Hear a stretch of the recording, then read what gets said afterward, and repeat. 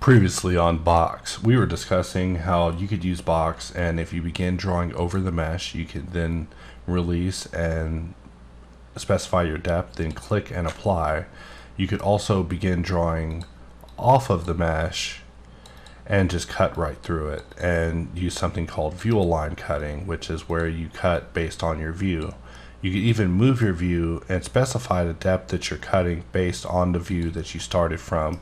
But just letting you know that there's a couple of options when it comes to adjusting your view. However, let's make a new file and talk about depth. So we are talking about clicking and dragging and extruding this box down. So in this mode, you can also activate laser cut by just not giving it any depth, and just by clicking it while it's still a 2D shape, it will just activate as a laser cut. In fact, we can draw a box, press B, roll the bevel, hit spacebar, laser cut. And this is what we refer to as laser cut, just cutting all the way through the mesh. And so there's a lot more to it than just that, but this is the fundamentals of using laser cut in boxcutter. In fact, I'm just drawing a box, pressing B, moving the mouse, and then hitting spacebar in order to apply these bevels. However, if we go under our behavior panel, under shape, there's an option here for laser cut depth. We can set this to 2, and then if we draw a box and we press spacebar, we can see that it actually cuts to a depth of only 2.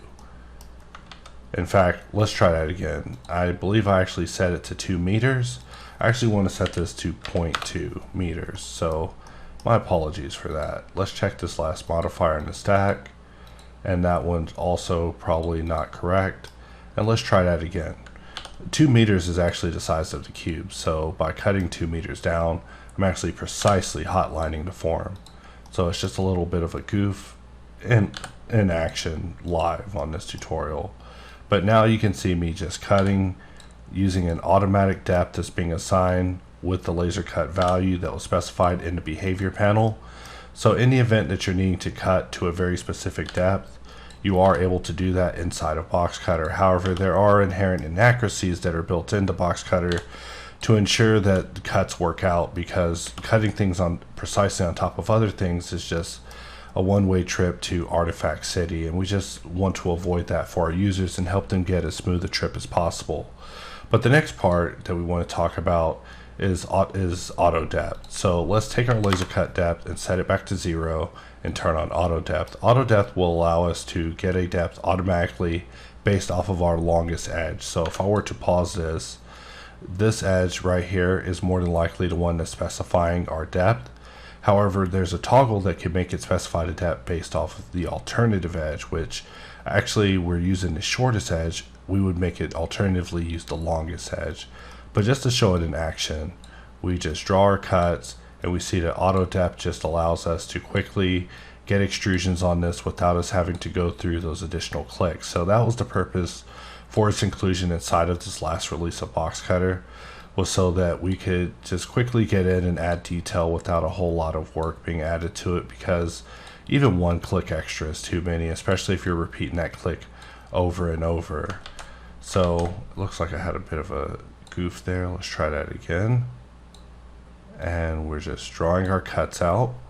And the next one I want to talk about is the large depth. So basically, if we draw a box, we see that this box is proportionally a little bit different than the previous ones, because now it's actually using the longest edge for calculating the depth versus using the shortest edge, which is an interesting take on the system.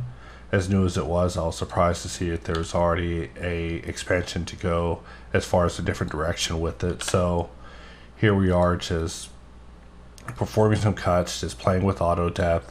Nothing too extreme here. It's just really just brushing upon the fundamentals of just laser cut and auto depth with boxcutter, just using a simple box. So hopefully that should shed some insight on using auto depth and getting used to it in conjunction with longest edge, and also using laser cut depth to quickly get custom depth whenever you need for shapes that don't have a specified depth.